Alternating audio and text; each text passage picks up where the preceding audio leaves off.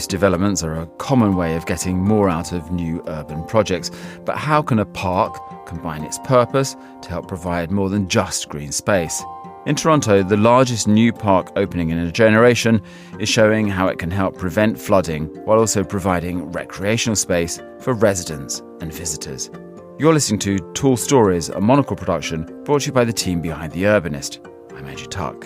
In this episode, Mandy Sinclair takes us to one of Toronto's newest and most impactful public parks.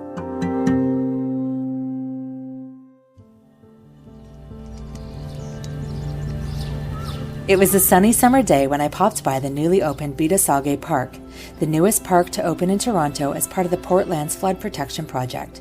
And at 50 acres with 10 more to come, this is the largest city park to open in a generation, on lands that were once home to industrial wasteland and contaminated waters. Now, for the first time in over a century, here at Biidaasige Park, both Indigenous and settlers can fish, get out onto the water, and wander along pathways lined with native plants that support wildlife year-round with food, shelter, and nesting opportunities. Children's play areas were abuzz with children climbing play structures of larger-than-life local wildlife, including the snowy owl, beavers, and raccoons, representing Anishinaabe, Ongwahonwe, and Huron-Dotums, but also animals that have been spotted in the newly created park. There's an option to grill up some food at the Raccoon Picnic Terrace, an ironic name really, given the city's abundant and pesky raccoon populations. Quiet spaces throughout provided a perch for bird-watching American goldfinch and other songbirds, waterfowl, and water birds like the great egret foraging in the New River Valley. I passed one of the city's younger residents fishing with his scooter nearby. The Toronto and Region Conservation Authority monitors the newly created wetlands here and has already found that largemouth bass, northern pike, and walleye are enjoying the new river. A few slips allow for launching a canoe or kayak for a paddle through the marshy wetlands with downtown skyline views. With the park located just east of the city's downtown core, the financial district's office towers and the soaring CN Tower are seemingly within reach. Overhead, passenger airplanes prepare for landing at the nearby Billy Bishop Toronto City Airport. As the name Biidaasige Park indicates, this is a place of recreation, but it's also a place of reconciliation. For thousands of years prior to European arrival, the parklands, the Don River, and Lake Ontario were important areas for Indigenous communities who came here to hunt and fish, grow food, and gather medicinal plants, heal, and celebrate, on the shores of the Don River as it flowed into Lake Ontario, one of the 5 Great Lakes.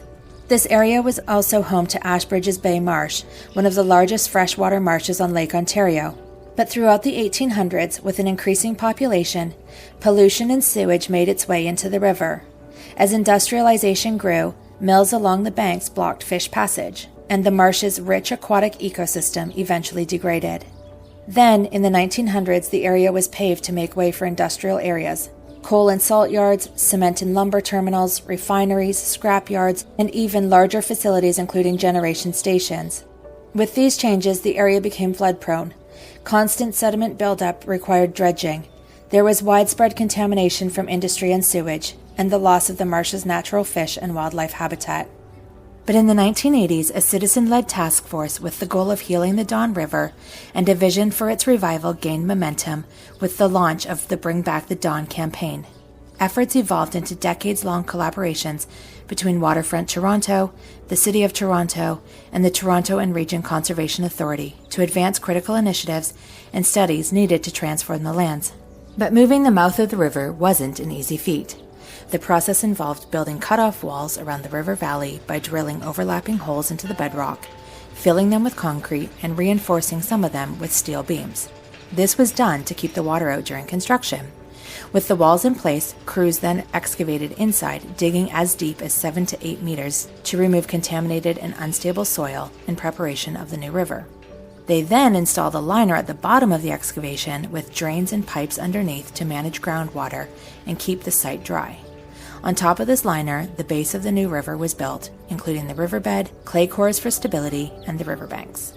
Once complete, the river will be about 2 to 3 meters deep. But now, having spent nearly 2 decades on the project, an investment from federal, provincial, and municipal governments to the tune of $1.5 billion, the mouth of the river has been moved and is lined with sweeping green spaces that protect 174 acres of land in the city's portlands. And the park opened on July 19th on the city's newest island. Manizing. With flood protection nearing completion, development will begin on new places to live, work, and play. The name Biidaasige means sunlight shining towards us in Anishinaabemowin and Ojibwemowin, and represents a desire to move toward renewal and environmental stewardship. The name was selected by an Indigenous advisory circle made up of elders, knowledge keepers, and community members. In 2026, the Lassonde Art Trail will launch, but already at the water's edge, artist Carolyn Monet's trajet is already installed.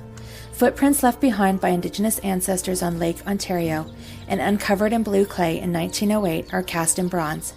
And while it may be impossible to return the site to its original form, it serves as a reminder of those who have come before us.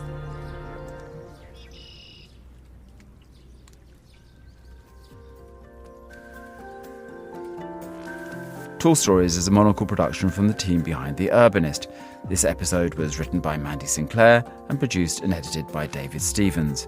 Be sure to subscribe to the podcast to receive new episodes every week. I'm Andrew Tuck. Goodbye, and thanks for listening, City Lovers.